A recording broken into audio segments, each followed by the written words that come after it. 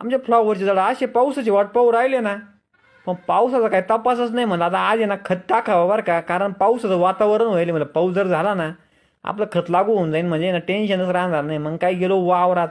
मग काय वावरात गेलो मम्मी त्याला म्हणलं गोण्या माईक डायरेक्ट उचलून म्हणलं जय बजरंग बली. मग काय डायरेक्ट गुणी उचलली, डायरेक्ट वावराच्या त्या कडलाच नेऊन टाकली. आता त्या खताच्या गोणीमध्ये आमच्या मम्मीचा इतका जीव ना, की 5-10 मिनिटं सोडीत बसणार तरी सुटणार नाही. मग काय तिला म्हणतो थांब मी सोडितो. मग काय इळा घ्यायचा आणि टारकान फाडून टाकायची. आता खत टाकायला पण इतका वेळ लागतो ना, ते खत झाडाच्या खोडाचं नाही पडलं पाहिजे ना, लई लांब नाही पडलं पाहिजे. आज काय खत टाकाय आम्ही सगळेच गेलो होतो. आमच्या मम्मीकडे खत व्हायचं काम होतं ना, आम्ही होतो खत टाकायला. आता आम्ही फ्लॉवरचा पहिला डोस आहे ना युरियाचा टाकतो. तुम्ही कोणता टाकता कमेंट करून नक्की सांगा.